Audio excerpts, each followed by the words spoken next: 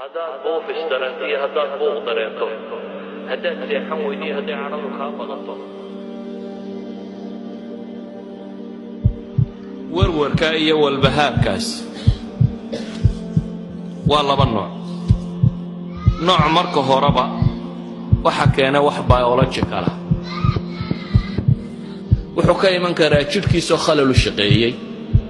ama heredity dhaxaltooye hore ha noqdo oo faamiliga iyo caa'iladu ay lahayd. kanaynu inagu ka warramaynaa kaa maaha. waxaynu ka warramaynaa waa wixii ka yimi asbaab khaarijiya. asbaabta khaarijiga ay ka timi markaa waxa weeyaan qofkoo mashkilada ku dhacday, qofka oo warwar galay, qofka oo musiibo intay ku timi musiibadii xejin kari waayey. xanuun bay dhashaa marka dambe. dunida xanuunkani wuxuu maanta ka mid yahay xanuunada ugu tirada badan leh. xanuunadan isla hadalka iyo warwarka ahi waxay ka mid yihiin xanuunada dunida ugu tirada badan leh. walidaalika waxaa la tilmaamaa yurub oo kale 4 qofba qof baa qaba bay yidhaahdaan. 4 qof ee kasta yurubiyana mid baa liqa daawooyinkaasi loo liqo xanuunada nafsiga. dadku haddaanay xanuunka wada qabin ama baahidan iطmi'inaankii baa la waayey weeyaan. dadku xasilloonnidii iyo deganaanshihii qalbiga ahaabaa lumay. markaasaa warwar iyo walbahaar adduunyo israaciskan baana intiisa badan keenay. maxaa cilaaja baynu leenahay marka? maxaa dawaa? ugu horrayn waxaynu leenahay kitaabka qur'aana iyo sunnada nebiga calayhi salaatu wasalaam wiqaayo iyo cilaajba wuu ku soo arooray. wax lagaga dhowrsado warwarka iyo walbahaarkaasi wuu ku soo arooray oo marka horeba dafciya oo qofka laasima aanu ku dhacaynin in shaa allahu tacaala. kaa khaarijiga aynu ka warramayno. waxaa kaloo ku soo arooray wax la yskaga daweeyo oo qur'aan iyo xadiidba leh. dhowr qodob baynu markaa tilmaamaynaa. qodobka koowaad waxa weeyaan waa caqiidada islaamiga. qofka muslimkii uu ka warwariyo walbahaar yaryay qofka aan muslimka ahayn. caalamulislaamina wuu ka yaryay isagoo ka mashkilad badan, haddana wuu ka xanuun yaryay marka loo eego xanuunada warwarka iyo walbahaarka ku saabsan.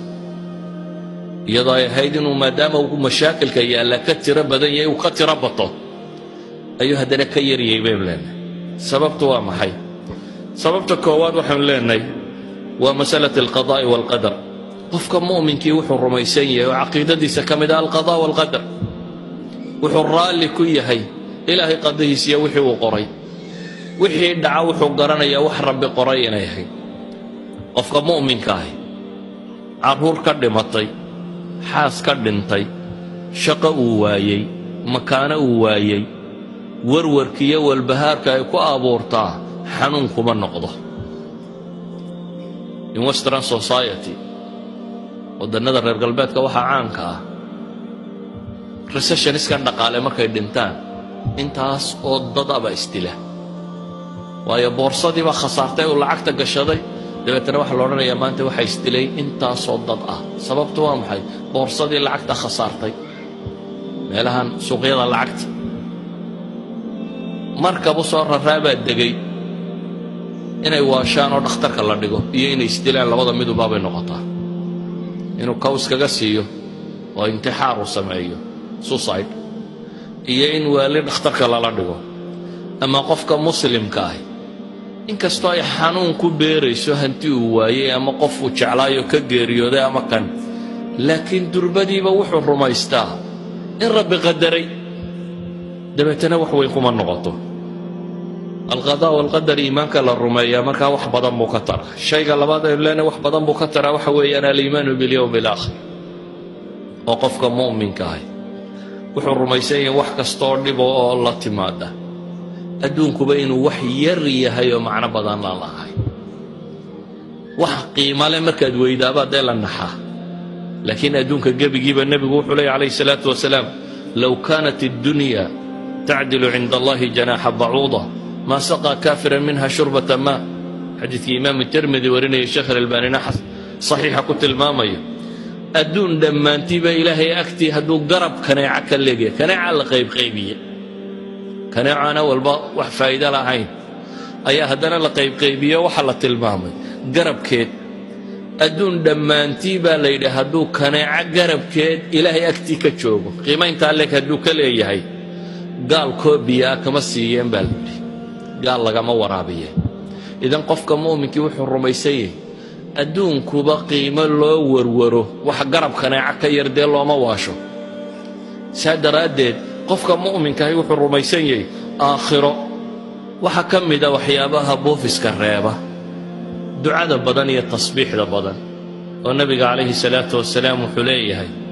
qofka ku ducaysta allahuma innii acuudu bika min alhami waalxusni waalcajsi waalkasali waalbukhli waaljubni wadalaci addayni waghalabati alrijaal ilaahay subxaanahu wa tacaala wuu ka furfuraa waana ducadii nabiga calayhi salaatu wasalaam weliba tan waxay idhaahdaan waa duca wiqaa'iya qofka ku ducaysta kumaba dhaco waxaa ka mida bay culammadu yidhaahdaan inaad xasuusato adduunka aad ku nooshay dhib kastoo ku haysata mid kaa dhib badani inuu jiro qoladani cilaajka nafsigaa samaysa culammada psychologiguna waxay idhahdaan waa cognitive bay idhaahdaan therapy waa qofka in la qanciyo amase inaad rumaysato aswa ilixtimaalaat qoladan dadka dawaysa psychiatriga iyo psychologigu dadkooda buka intay isugu yeedhaan meel ayuu dhakhtar ku dhex fadhiistaa dabeetana mid walba waxaa la idhaha dhibtii iyo mushkiladdii ku qabsatay ka warran markay isaga warramaan qaar bay arkaan dabeetana qof baa wuxuu is idhahaa warilin adiga waxba kuguma dhicina kuwanbaa balaaya qabsatay midba markuu mid kale balaayo kasii weyn ka warramo waa ariiq ay u cilaajiyaan dadka mardaaga ah ee ikti'aabku depressionku hayee loo keeno waxyaabaha wax lagu daweeya waxaa ka mid ah xusnu dan qofka warwarkiiyo walbahaarkani ku dhaco marar badan mala xun buu qaataa dabeetana wax walba wuu ka shakiyaa inaad maxmalka fiican saarto dhakhtar baad tagtay dhakhtarkii baad hore weyday waxaa laga yaabaa inaad tidhaha inuu ila kulmaa baanu doonaynin ama ninkan waa isnacno inuu daweeyo mar rabo wakhtigii waa gaadho waxaa laga yaabaa inuu faylkaagii waayo uu daydaeyo waxaa laga yaabaa in gaadhigii uu soo socday traffic jam dhacyo aanu meeshaba soo gaadhin waxaa laga yaaba xusnu danni haddaad ku xambaarto warwar kugu hayn mayso haddaad se mala xun markiiba sii qaadato warwar bay kugu reebaysaa walidalik baa ilaahay wuxuu inaga nahiyey yaa ayuha aladiina aamanuu ijtanibuu kaiira min adanni ina bacda danni isman waxaynu u baahannahay oo ka mida waxyaabaha nolosha lagu daweeyo dhibtu markay dhacdo sida loo tasarrufo oo ah inaad u arag mushkilaadka wax weyn ee inaad u aragto shalay baan waxaan idiin tilmaamayey axadu saalixiin la yidhi nin baa la yidhi wuu ku xantay dabeetana sida caadiga ahayd waxay ahayd inaad cadhooto dee marka lagu idhaha waa lagu xamanayo qoladaasaa ku maagayso waa lagu hadalayo waxaasay kaa sheegsheegayeenoo dee waxaad odhan lahayd war waa layga taagla'ayay nimankaas duulkaasi waa duul layga taagla'ayay laakiin waxaan idhi intuu socday hadiyad qaaday ayuu u geeyey ninkii fidhiniya waxaa la ii sheegay waxaan u baahnaa maalinta qiyaamaha inaad tarto xasanaadkaagii baad qaybi siisay dee anna hadiyadda baan kuga abaalgudaya hadiyadda tan qaada buuri xantii wuxuu u arkay inay tahay dee nin xasanaadkiisii wax ka bixinaya wixii uu shaqaystay salaadii iyo soonkiisii qayb ka miduu kuugu deeqay intuu ku xamanayey waayo aakhire waxaa la yidhi dee marka laysu soo tubo qof walba qofka kale waa looga goynayaa oo xasanaadkaaga dadka loo qaybinaya haddii xasane laga waayana sayi'aadkood idan haddaad si fiican u fakarayso debreshonku iyo cadaadisku qofka kuma dhaco waxaa ka mida baynu leenahay qofku inuu garto amal inna maca alcusri yusra nolosha inaad amal dhigin inaad garato dhib kasta oo jirta in berrito sayajcal allahu bacda cusrin yusra in ilaahay subxaana wa tacaala uu fudaydinayo waxaan ku soo koobayaa wakhtigoos ka kooban daraaddeed qof kastoo uu xanuunku ku dhacay waxaan leenahay dhakhaatiirta la xidhiidh atibada nafsiga ahi waa dhakhaatiir wax daweeya idan waxaan idinkula talinaya waxa weeyaan kow qofka mu'minkii hadday masaa'ilkan khaarijiga iyo uu iska daweyn karaa laakiin kuwan iyo kuwa kaleba haddaad la tashato tabiibkaaga waliba khaasatan waxaan jeclaan lahaa tabiibka nafsiga inuu tabiib nafsi oo muslima noqdo waayo kaasaa garanaya sida aad u fakeraysa rasmiga maskaxdu hadday si qaldan u fakerto waxay soo daysaa awaamir qaldan ama qanjidhada jidhka ku jira dheecaamada soo daaya waxay soo daynayaan dheecaamo qaldan oo ama dheecaan loo baahnaa inuu soo baxaa baan soo baxaynin dabeetana jidhku siduu wax u maamulayaa qaldamaya ama dheecaan quantity yar looga baahnaa buu jidhku dheecaan badan ka soo daynayaa dabeetana jidhku siduu u shaqaynaysaa qaldamaysa xanuunada nafsigii intooda ugu badan haddaad qarsatana xanuun cudwiyana way sameeyaan calool xanuun bay keenaan rheumatism bay keenaan wadna xanuun bay keenaan maxaa la yidhaha sonkorow bay keenaan blood pressure bay keenaan kullu dalik xanuun nafsigi wuu keeni karaa bay culammadu yidhahdaan marka intaad xanuun nafsiyo fudud iska dawayn lahayd hadhow yaad la eedaadin dhiikar iyo kaadi macaan ama wadna xanuun yaad la eedaadin xanuunku waa isku wada mide waxaad u baahantihi haddaad buufis dareento iyo haddaad buuq dareento haddaad seexan weydo iyo hadday cadhadu kaa badato haddaad cadho badan dareento haddaad shaki badan dareento haddaad wax maqmaqasho sidii qof codaduun maqlaya ama in la xamanayo haddaad midaba aragto qof uun ishiisu mararka qaarkood dad hayro caadiya wax arkayaan marar badan baanay jibankan iyo waxaan ay isu sheegaysaanahay ay yihiin xanuun psychological oo u baahan inaad dhakhtar tagto idan ikhwatii fi lcaqiida ugu horrayn waxaan ku leenahay caqiidadaada saxo waa sax